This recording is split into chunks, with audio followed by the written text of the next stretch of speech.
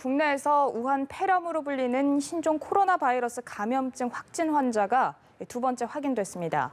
그제 중국 우한시에서 귀국한 50대 남성인데요.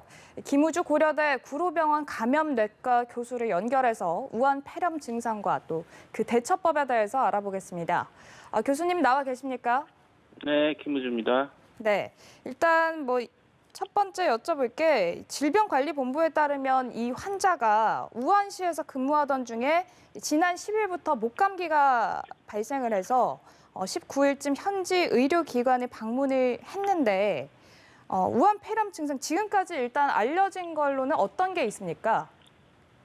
예, 지금 우한 신종 코로나 바이러스 감염증의 주증상은 발열하고 호흡기 증상인데, 네. 호흡기 증상은 기침과 호흡곤란이 특징이라고 합니다. 근데 문제는 지금 두 번째 확진 환자도 초기에 기침이 없이 인후통만 있을 수가 있고, 또 폐렴 환자들이 중증 환자지만 우리 첫 번째 확진자 35세 여성도 폐렴이 없었습니다. 그래서 네. 사실은 지금 우한 폐렴이라고 명명하는 것보다는 우한발 신종 코로나 바이러스 감염증이라고 명명하는 것이 좋겠습니다. 왜냐하면 폐렴이 없는 환자의 경우는 열과 함께 인후통이나 가벼운 기침, 가래, 호흡곤란 같은 것이 없을 수가 있기 때문에 우한 폐렴이라고 하는 것은 좀 중증 환자, 폐렴 있는 환자에 국한된 명칭이어서 네. 정확히는 우한 신종 코로나 바이러스 감염증이고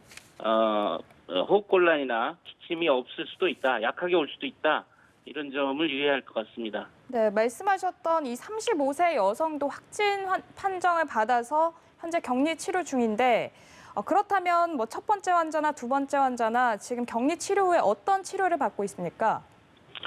지금 일단 신종 코로나 바이러스이기 때문에 음압 격리 병상에서 의료진이 개인보호구를 착용하고 감염을 예방할 수 있도록 안전하게 진료하는 것이 중요하고 그 점을 제외하고는 일반 폐렴에 대한 치료와 동일합니다. 네. 수액과 영양 공급, 또 2차 세균 감염이 의심되면 항생제 투여, 호흡곤란이 있으면 산소 공급, 그래도 산소가 계속 부족하면 인공호흡기를 장착해서 강제적으로 산소를 보충해줘야 됩니다.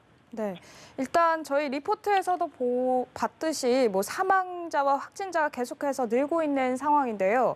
현재 사망자가 보면 26명으로 집계가 됐고 확진자가 860명을 넘은 상황입니다. 이게 앞서 있었던 사스나 메르스 그때도 굉장히 파급력이 컸었는데 위험성이나 파급력에 있어서 지금 이 신종 코로나 바이러스 어떻게 보십니까?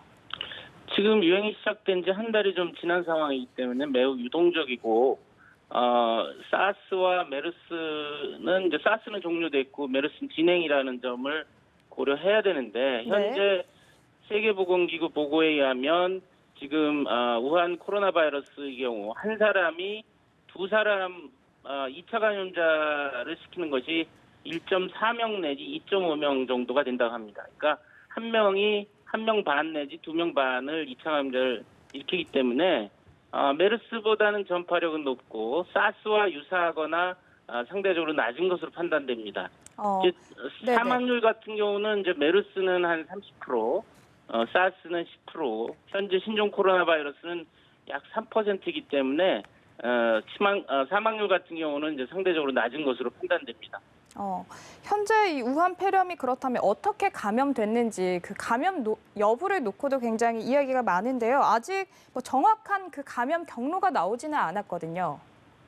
예, 지금 중국 당국의 정확한 조사 연구 결과가 없기 때문에 감염 경로는 이 사스와 유사할 거라고 추정을 하고 있습니다. 직접 환자가 기침 재채기할 때 호흡기로 비말 전파를 통해서 1~2m 이내 사람이 감염이 되거나 또 악수를 통한 직접 전파, 네. 또 환경을 매개로 한 간접 전파, 기침 재채기로 환경에 바이러스가 오염되고 시차를 두고 다른 사람이 그 표면을 만져서 감염되는 간접 전파도 가능하다고 그것이 주 감염 경로라고 생각은 하지만 네.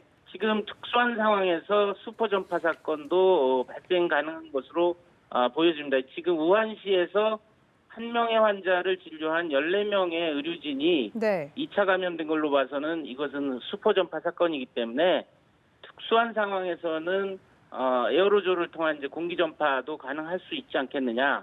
조심스럽게 지금 추정을 해봅니다. 이 첫 발원지에 대한 이야기도 한번 짚어볼까 하는데요. 우한 폐렴이 이 뱀을 먹는 식습관 때문에 발병했을 거다 이런 가능성도 나오는데 여기에 대해서는 어떻게 보시는지요? 예, 지금 뭐 우리가 사스 때도 메르스도 이제 원래 박쥐가 사스 코로나 메르스 코로나 바이러스 갖고 있다가 사스의 경우는 중간에 사양 고양이를 통해서 사양 고양이를 이제 식습관이 광동성에서 있어서 이 사양 고양이를 이제 다루는 요리사가 감염돼서 인체 감염이 됐고 또 중동호흡기증후 메르스는 박쥐에서 낙타를 거쳐서 사람으로 지금 감염된 걸로 확인이 된 바가 있습니다. 그래서 신종 코로나 바이러스 경우도 자연계에 있는 박쥐가 원래 가지고 있다가 네. 지금 우한시 화난시장 수산물시장에서 판매된 여러 가지 야생동물이 중간 숙주가 돼서 사람으로 왔을 거로 추정하는데 지금 이제 뱀이 가장 유력한 중간 매개동물 아닌가 이렇게 중국에서는 추정하고 있습니다. 네, 일단 현재 사망자와 확진자가 계속해서 늘고 있는 상황에서 이 WHO가 아직은 국제 공중보건 위기 상황이라고 발표하긴 이르다라고 결론을 내렸습니다. 그 이유는 어떻게 보시는지요? 예, 22일, 23일 이제 양일간에 걸쳐서 세계보건기구에서 경론을 벌였는데 많은 전문가들이 지금 우한의 신종 코로나 바이러스가 이제 심각한 상황인 거는 이제 인지하고 있고 이게 네. 중국으로부터 아시아 각국, 미국까지 이제 확산된 추세이기 때문에 국제간 공조가 중요하다는 건 동의했습니다. 그렇지만은 지금 이 국제 공중 보건 위기 상황을 선언하면 세계적으로 뭐 교역이나 여행이나 경제적인 피해 이런 것까지 다 고려하면은 아직 아시아 대륙에 국한된 것이고 전 세계적으로 확산된 건 아니기 때문에 좀 유보하자. 그리고 이것이 공중보건 위기 상황이 아니다 또는 국제보건 위기 상황이라고 하는 이분법적인 그런 결론을 내리는 건 상당히 참 결론하기 어렵다. 그래서 10일 이후에 다시 논의해서 국제공중보건 위기 상황인지 아닌지를 판단하기로 한 것으로 알고 있고요. 네. 세계보건기구는 뭐 유럽과 아프리카, 아메리카 대륙까지 다 고려해야 되기 때문에 이런 선언하기가 좀 어려운 부분이 있는데 제가 생각하기에는 아시아, 중국을 비롯한 아시아 뭐 6개국 우리나라 포함해서 확산이 됐기 때문에 적어도 아시아 대륙에서는 국제적인 공중보건 위기 상황이라고 생각해야 된다고 저는 생각합니다. 예. 네. 여기서 제일 중요한 건 현재 일단 백신이나 치료제가 없기 때문에 예방이 무엇보다 중요할 것 같습니다. 어떤 위생 수칙을 지켜야 좀 최대한 감염을 줄일 수 있을까요? 예, 지금 뭐 앞서 말씀드린 것처럼 우한 신종 코로나 바이러스 감염의 감염 경로가 사스와 비슷하게 호흡기 비말이나 접촉, 환경 오염을 통한 간접 접촉이기 때문에 역시 뭐 일반적으로 우리가 겨울에 독감이나 이런 호흡기 감염 예방을 하기 위해서도 하는 손 씻기와 뭐 기침 에티켓, 또 환경 주변 소독, 또 마스크 착용, 필요할 때 마스크 착용 이런 수칙을 같이 적용하면 될 것 같습니다. 네.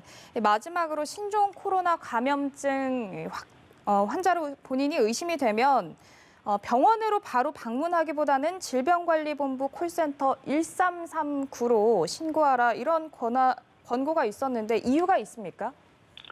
우리가 2015년 불과 5년 전에 메르스 상황을 복기해 보면 그 첫 환자하고 뭐 여러 명의 환자가 증상이 있을 때 보건소에 신고하지를 않고 여러 병원을 돌아다니면서 진료를 받으면서 의료진이나 주변 환자, 밀접 접촉자에서 2차 감염자가 많이 생겼지 않습니까? 네. 따라서 병원으로 맞바로 가시기보다는 보건소나 1339 신고해서 공중보건당국의 안내를 받아서 안전하게 밀접 접촉자가 생기지 않게 안전하게 격리된 진료실에서 진료도 받고 또 검사도 하는 것이 2차 감염자 발생을 최소화하는 방법이기 때문에 네. 그리고 환자 본인에게도 안전한 방법이기 때문에 이렇게 콜센터 또는 보건소를 신고해서 안내를 받도록 하는 것이 현명하겠습니다. 네, 알겠습니다. 오늘 말씀 감사합니다. 지금까지 김우주 고려대 구로병원 감염내과 교수와 함께 알아봤습니다. 감사합니다.